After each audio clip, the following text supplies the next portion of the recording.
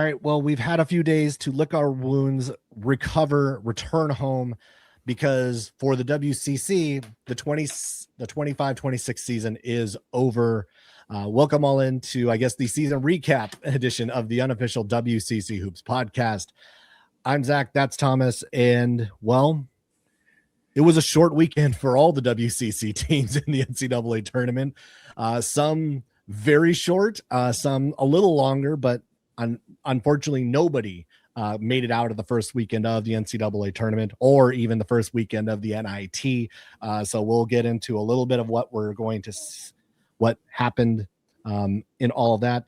We are recording a couple episodes. So yes, there's been some big news as well that we will get to in a separate episode. So be sure to look for that one in addition to this episode. But yeah, the season's done. Gonzaga, Santa Clara, St. Mary's all have concluded their season. Seattle U also concluding their season in the NIT. And all four of them ending them in kind of very different ways. And we're going to start with Gonzaga, who played their final games as a representative of the WCC. And in these two games, I mean, it did feel like Gonzaga did struggle to find that offensive rhythm that we talked about kind of going into the tournament outside of Graham Ike. They struggled a bit against Kennesaw, but still were able to come out with a win, struggled against Texas to find that second option.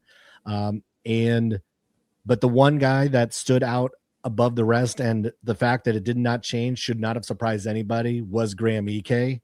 And Thomas, I know this is the one guy that when we talk about just the growth that we've seen from him, the consistency of the excellence that we've seen from Graham Ike just cannot go more unnoticed.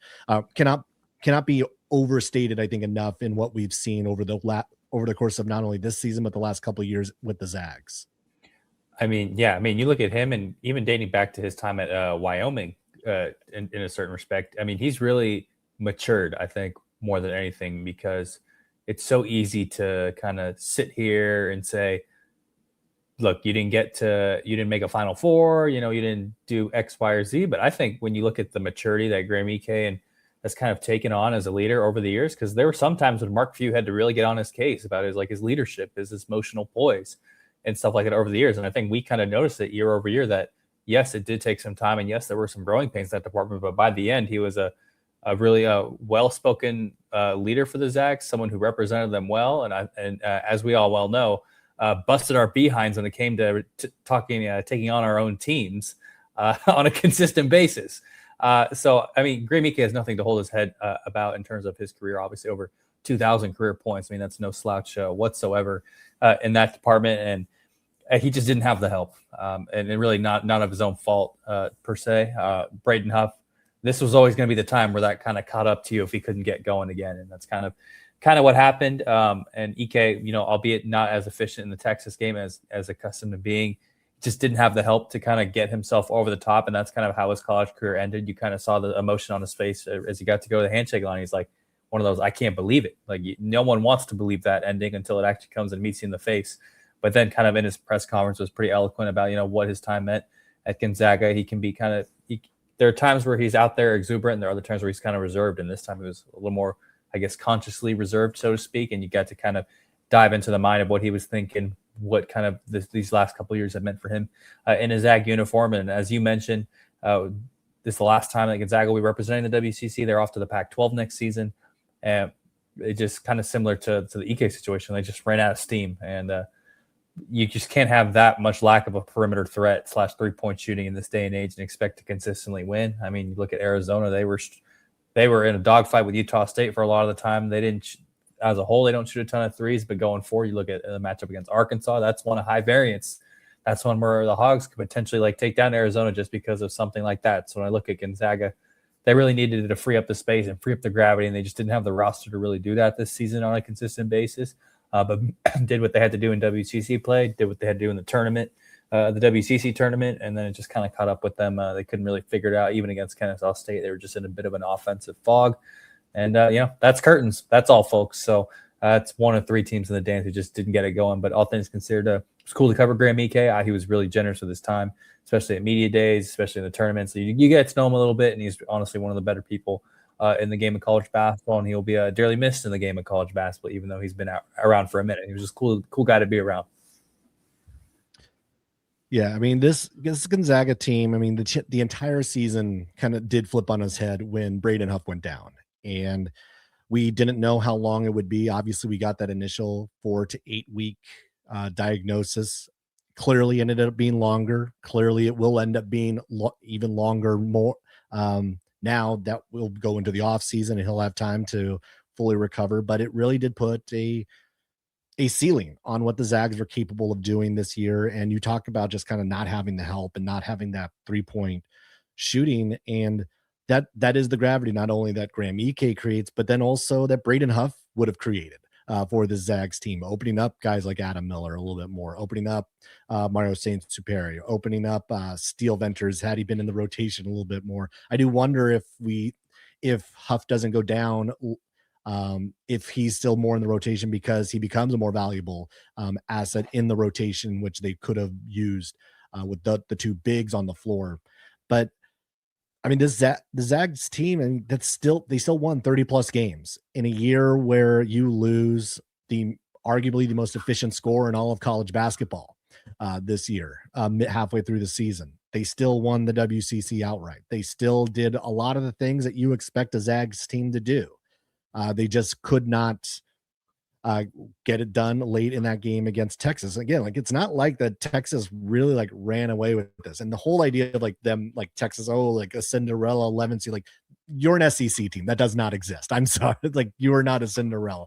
You have a huge budget to actually go get players. And but heading into this final year, there was going to be, I think, just a different look and feel to the Zags team. We saw how it ended, and now it's their time to move on to the Pac-12 and what that's going to entail. Obviously, we're heading into the off season, and the portal can take on a lot of different shapes and forms. But the Zags definitely have some things some roles to fill, some spots that they need to get better as they go into a new league with a definitely better top half on a competition front. San Diego State, Utah State, Colorado State. You think about Boise also in that grouping. The top half is going to be probably tougher, a little deeper than what they saw in the WCC. Bottom half is like still a little yikes, but that top half, it's going to be interesting for them to see what they do in the off season and how they're going to try to rebuild this team, knowing that had a lot of seniors on this squad too. So there's going to have to be some roster turnover, and who becomes the guy next year. Probably Braden Huff without Graham Ike, but Davis Vogel, Mario Saint Superior, and how does all of that start to piece together going into next year in the Pac-12? Yeah, and I think you kind of Theo. You saw Theo mention the young guys, Mario and Davis, and saying these are kind of be the guys that they're not getting the keys, kind of like Braden, so to speak, but they're getting a chance to, get in the passenger seat, if you will, and start to accompany along for the ride. So, as we kind of well into the fact that you mentioned the 30 plus wins, like, I think Andy Patton put it best. Like, you've never been so maddening at a 30 plus win team than you have with the Zags so far this season. And like, I mean, I don't know that I could sit there and watch the lack of 3-point shooting game in and game out. Like, that would drive me insane. I mean, Adam Miller, just especially after the game at Santa Clara, like, his minutes just nosedived. I mean, he played 9 minutes against Texas. I mean, that's just not going to cut it with the way that the floor spacing is already constricted as is.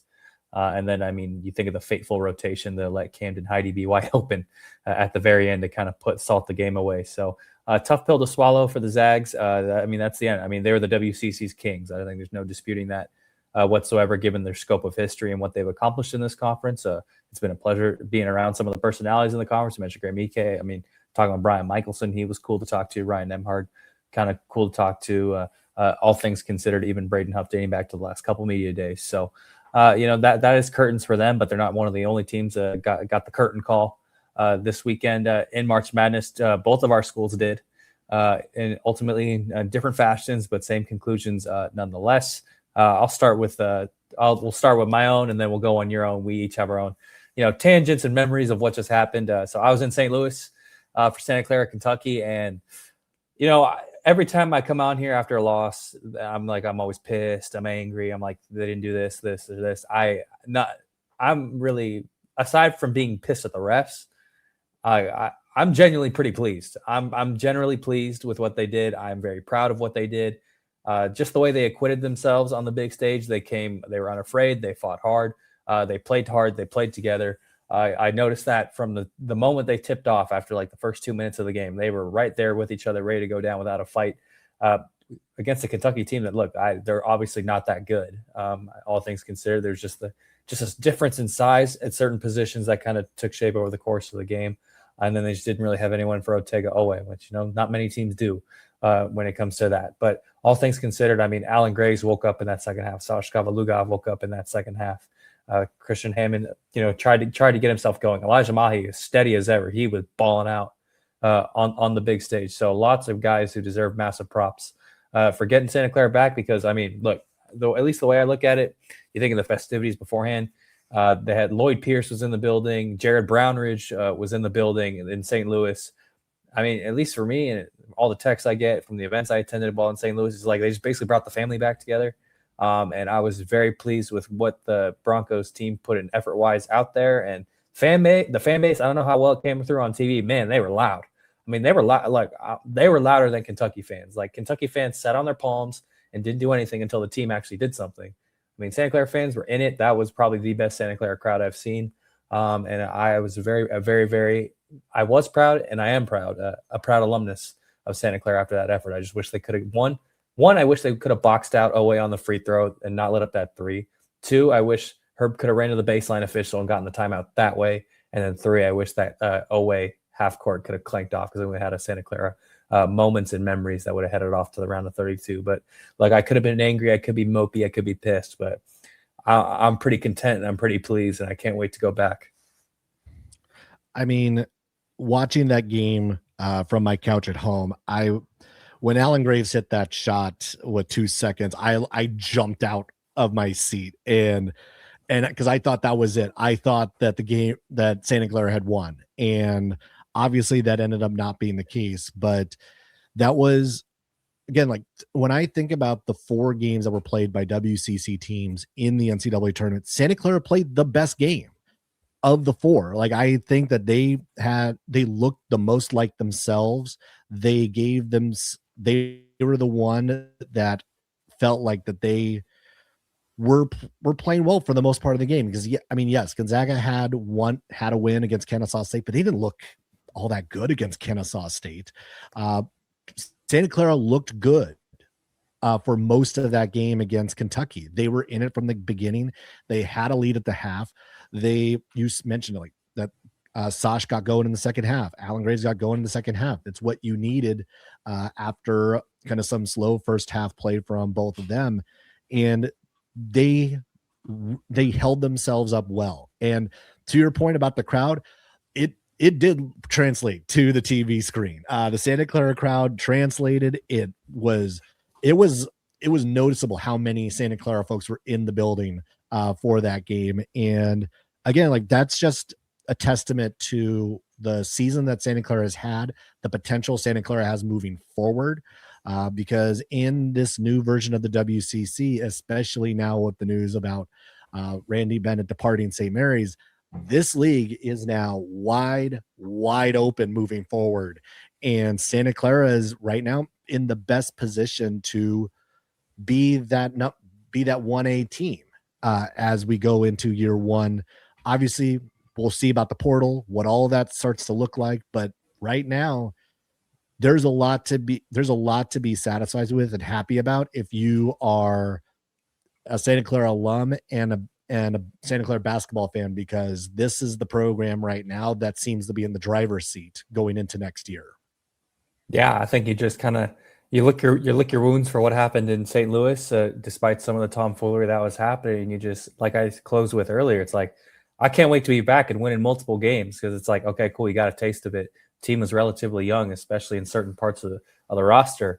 It's like, okay, they get back there. It's like, cool, let's go make a run to the Sweet 16. Like, let's just go do that. Like, So I look at all that, and like I won't forget that roar that I heard when Alan Graves hit the three in the arena. I cannot and will not forget that. That was truly something that I was like, I didn't know that I would ever get to witness in front of my face. And so when you look at the resources, you look at where everything's at. Yeah, the Broncos, they have a chance to take this conference over in this new iteration. They really do.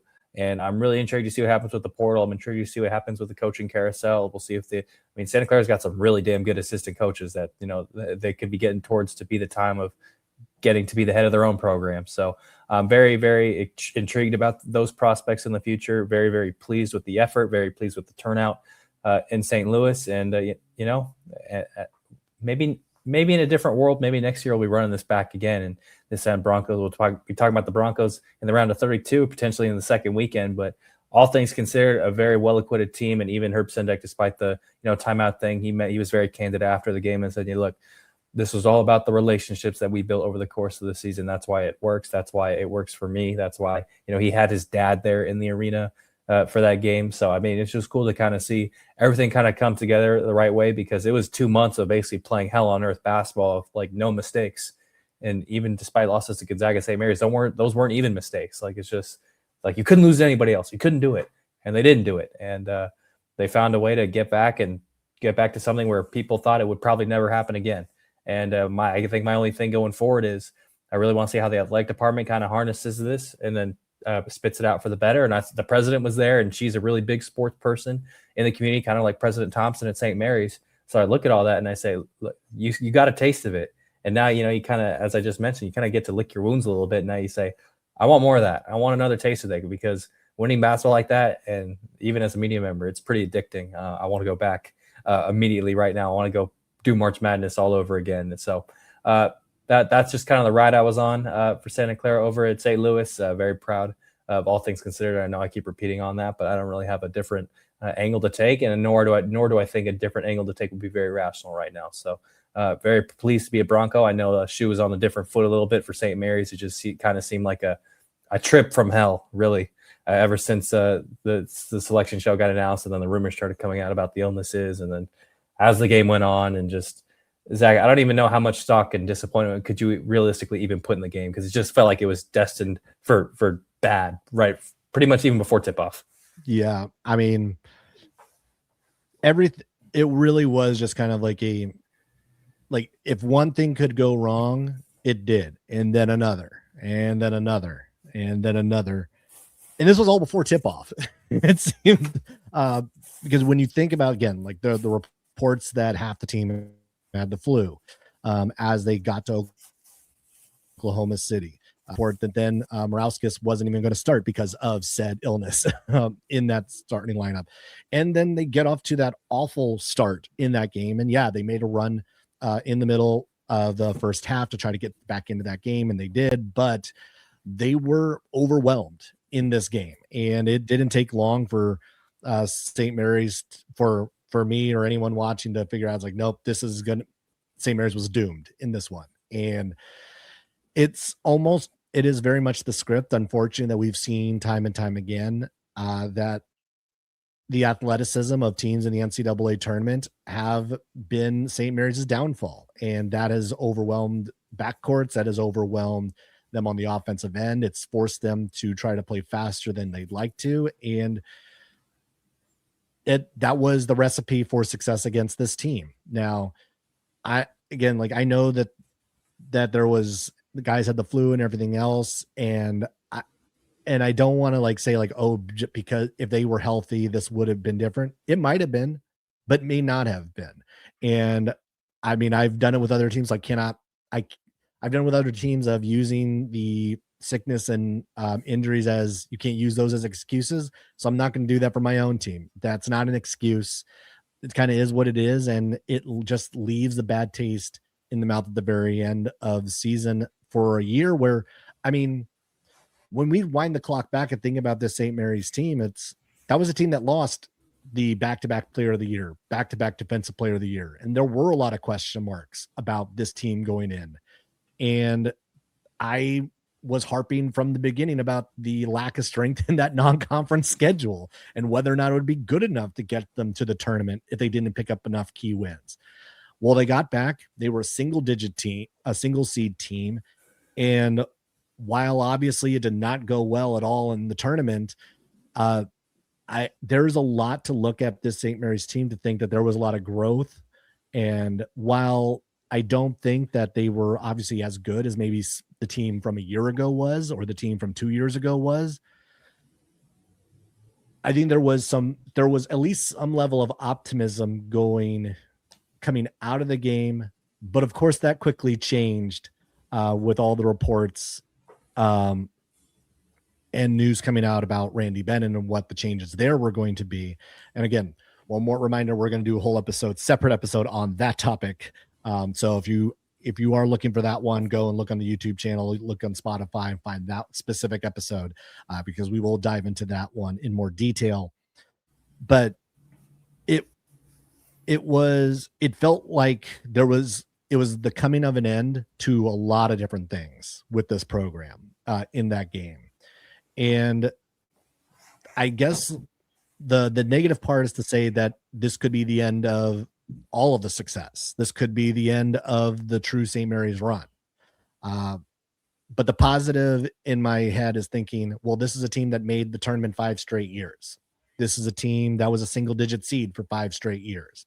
And while there's going to be a lot more question marks this offseason than there ever has been for a St. Mary's team over the last quarter century, at the very least, I try to be positive on most things. Probably why I will juice myself up to think the Giants will actually be better than they actually will be this year. But with St. Mary's, like, this is going to be a long off season, a lot of question marks, and the way it ended was obviously just a sour note. Yeah, I mean, the lasting image of the Randy Bennett era is unfortunately going to be Paul Smarauskas getting ejected by Dan Sheets. It's kind of the lasting memory. And I know you were very you were charged up about that last sequence and kind of what happened between him and Rylan Griffin. But I mean, it just, as you meant, fate just wasn't on their side here. And even if it wasn't going to be Texas A&M, maybe it wasn't going to be. Maybe it would have been Houston, but it just didn't seem destined for it. And the guys, I mean, they, as fight as they did and fight as they tried, they didn't have the circumstances on their side. They didn't have the energy on their side. And, you know, that's for as good and for as damn good as the Randy Bennett era has been in Moraga. It's unfortunately just not everybody gets to lift off the trophy and go walk off into the distance. So definitely a sour taste when it comes to the Texas A&M game, and really just not much you can really invest a whole lot of stock in. And now just a matter of, all right, who's going to be back in the coming years? What's Mickey McConnell going to get to work with? And again, we're going to have that breakdown in the separate episode that's already out. But that's just how it is. That's how the cookie crumbles sometimes. And that was the end of the St. Mary's era, but not the only team that had to go home. Unfortunately, Seattle U. They played a very spirited, very hard-fought game against Auburn in the NIT over on the road down in Alabama. Lost a high-scoring game. And you can look at some of the stats, and I mean, I'm going to look at the free throw attempts immediately. 32-11. It's just not. It's not going to work when you're a team like Seattle. You got to rebound, and when they don't have the size to do that, then you downstream, then you foul and you hack, and all that. But you know, I'm proud to have watched this team this year. I think they were a really solid squad. I mean, it was cool to see Braden Maldonado like go out on a high note.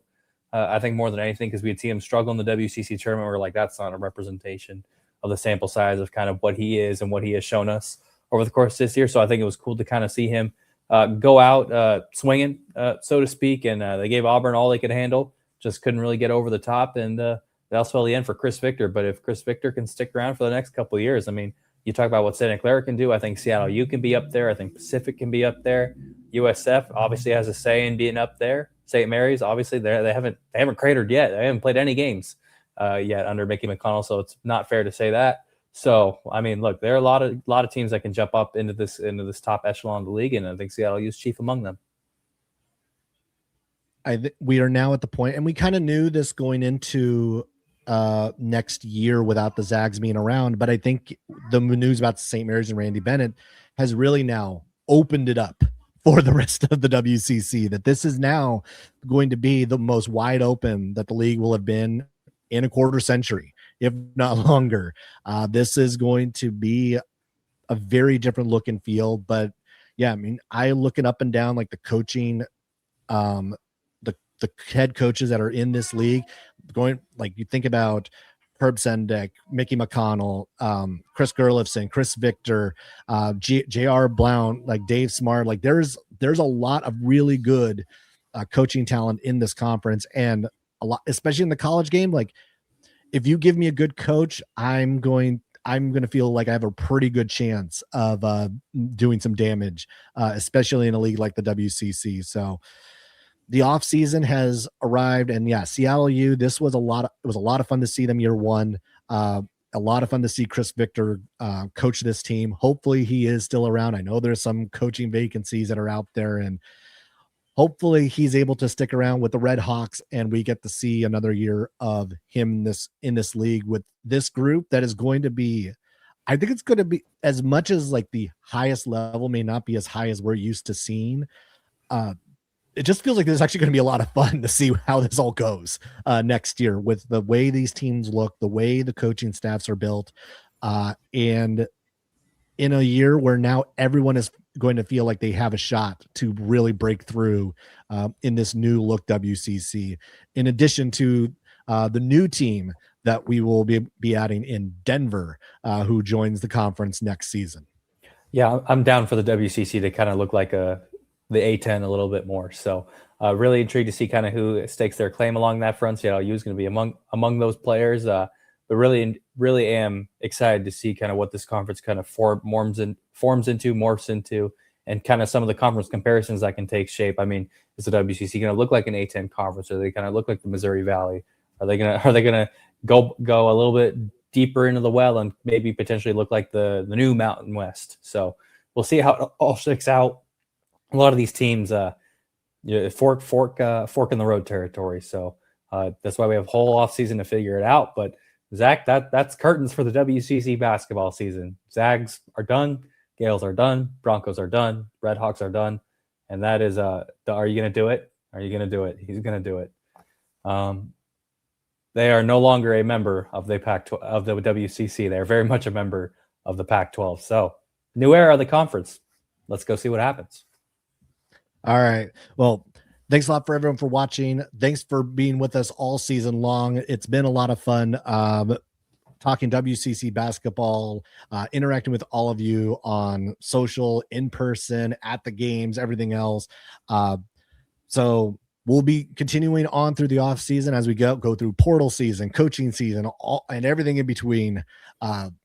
So be sure to follow along on social media at unofficial WCC pod. Subscribe to the podcast on YouTube, Spotify, wherever you listen to the podcast. That's Thomas. I'm Zach. Thanks for watching, everybody, and we will catch you later.